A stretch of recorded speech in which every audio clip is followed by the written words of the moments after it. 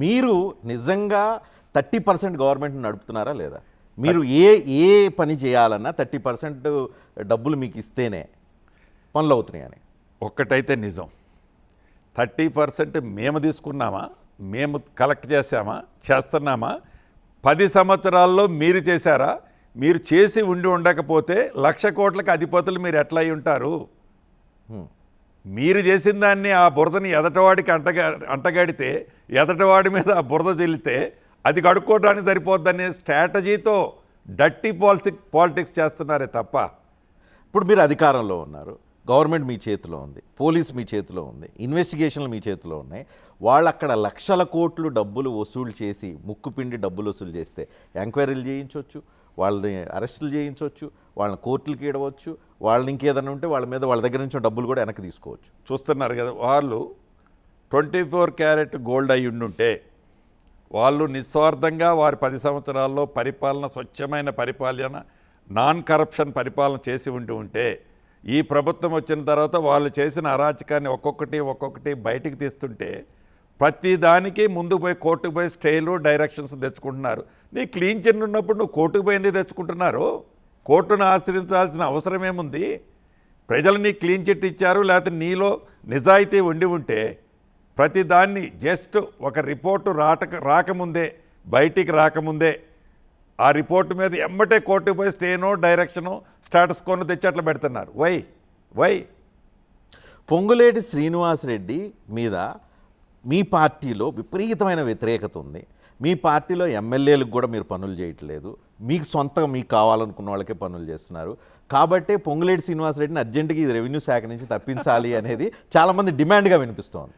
So revenue శాఖ నేను కావాలనో, ఈ శాఖ వద్దనో, ఇది కావాలనో అది కావాలనో నేను కోరుకోవటమో ఇంకొకరు కోరుకోవటమో అయితే అయ్యేది కాదు. ఈ జాతీయ పార్టీలు హైకమాండ్, ఇక్కడుండే సీఎం గారు కానీ మెయిన్ టీం కానీ ఎవరికి ఏ శాఖ ఇస్తే సమర్థవంతంగా పరిపాలిస్తారో వారికి ఇచ్చేటట్టు డెఫినెట్గా ఉంటుంది.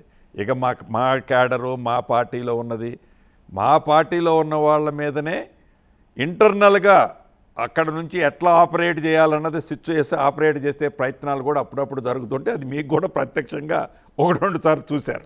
కానీ నేను అంటున్నాను, మీ పార్టీ సొంత ఎమ్మెల్యే అనిరుద్ధ్ రెడ్డి ఓపెన్గా బహిరంగ వచ్చి మీ మీద ఆరోపణలు చేశారు. అదేవిధంగా అనేక మంది ఎమ్మెల్యేలు పొంగులేటి శ్రీనివాసరెడ్డిని కలిస్తే మనకి పని అడిగితే పని చేయరు, ఆయనకు కావాలనుకున్న పనులు వాళ్ళ కంపెనీ పనులు మాత్రమే చేసుకుంటారు అనేది వాళ్ళు చేస్తున్న ఆరోపణ. మరి వాళ్ళని ఎందుకు ఇంత వ్యతిరేకత మీరు తెచ్చుకున్నారు వాళ్ళ ద్వారా?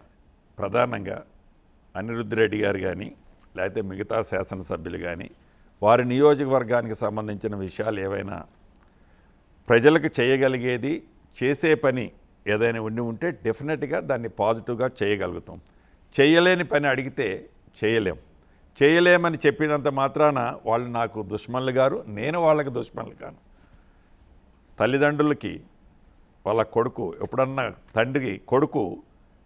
తండ్రిని ఏదన్నా అడిగితే ఈయనంత మాత్రంలో ఆ కొడుకు అప్పుడు నన్ను ఎప్పుడు ఇంతే చేస్తామని ఆ కొడుకు ఎట్లా మొరాయిస్తుంటాడో అదే పద్ధతిలో మా ఎమ్మెల్యేలు ఎప్పుడన్నా ఒకళ్ళు ఇద్దరు గుర్రు బుర్రు అన్నా కూడా అది తల్లిదండ్రులకి కొడుక్కి ఉండే బంధం లాంటిది ఈ పార్టీ. ఎమ్మెల్యేలు అందరూ ఫైళ్ళు పట్టుకొని ఎక్కడ భూములు ఇష్యూలన్నీ తీసుకొని మీ దగ్గరికి తీసుకొచ్చి సెటిల్ చేయమని అడుగుతున్నమాట వాస్తవేనా? అలా ఉండదు. అంటే పబ్లిక్ ఇష్యూస్ ఏమైనా వచ్చి ఉంటే చాలా మీకు ఉదాహరణకు చెప్తాను. ఇప్పుడు ఇదే అనిరుద్ధ్ రెడ్డి గారి కాన్స్టిట్యున్సీలో ఎప్పుడో 70-80 సంవత్సరాల క్రితం అసైన్డ్ ల్యాండ్ కింద సీలింగ్ ల్యాండ్ కొంత పబ్లిక్కి ఇచ్చింది, తిరిగి మళ్ళీ వాళ్ళే కబ్జా చేశారు అనేది తన అభియోగం.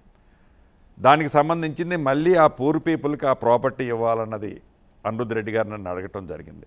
దానికి సంబంధించింది డెఫినెట్గా దాన్ని స్టడీ చేశాం, ఇవ్వగలిగింది.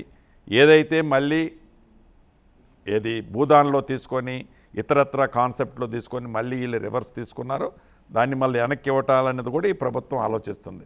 ఇలా కపుల్ ఆఫ్ థింగ్స్ రాష్ట్రంలో, ఫర్ ఎగ్జాంపుల్ మీకు మహబూబ్ నగర్ మహబాద్ ఉంది, అక్కడ కూడా 40-45 ఇయర్స్ నుంచి నారాయణపురం అని ఒక విలేజ్ ఉంది, 40-45 ఇయర్స్ నుంచి అక్కడ మురళీ నాయక్ ఎమ్మెల్యే ఉంటారు. వాళ్ళకి భూములు ఉన్నాయి, వాళ్ళకి పట్టాలు. దాని ఏమంటే కూడా ఒకసారి ఉంటాడు, అంతకుముందున్న ప్రభుత్వంలో ఉన్నారు, దాన్ని కూడా క్లియర్ చేసి ఆ పేదోళ్ళకి పట్టాలు ఇవ్వాలన్నది ఉంది. అంటే రాష్ట్రంలో ఇటువంటిది ఒక 15 to 18 కాన్స్టిట్యున్సీస్లో ధరణి వల్ల ప్రాబ్లం కావచ్చు, ధరణి కంటే ముందు నుంచి ఉన్న సమస్యలు కావచ్చు, ధరణితో అటువంటి సమస్య మరింత జటిలం కావచ్చు. ఇటువంటి సమస్యల మీద నన్ను శాసనసభ్యులు నా పార్టీ వాళ్ళే కాదు, అపోజిషన్ పార్టీ వాళ్ళు కూడా వచ్చి అడిగిన సందర్భాలు ఉన్నాయి. కానీ మీరు ధరణిని బంగాళాఖాతంలో కలిపేస్తామని చెప్పారు. ధరణిని తీసేసి భూభారత్ తీసుకొచ్చారు. భూభారతి కాంగ్రెస్ నాయకులు, కాంగ్రెస్ కార్యకర్తలు డబ్బులు తినడానికి మాత్రమే ఇది ఉపయోగపడుతుంది తప్ప ధరణికి ఆల్టర్నేట్ కాదనేది ఒక ఫీలింగ్. సో అసలు ధరణి అనే భయంకరమైన అదొక భూతమనాలా ఇంకేదన్నా పెద్ద పదం ఉంటే అదైనా చెప్పొచ్చు.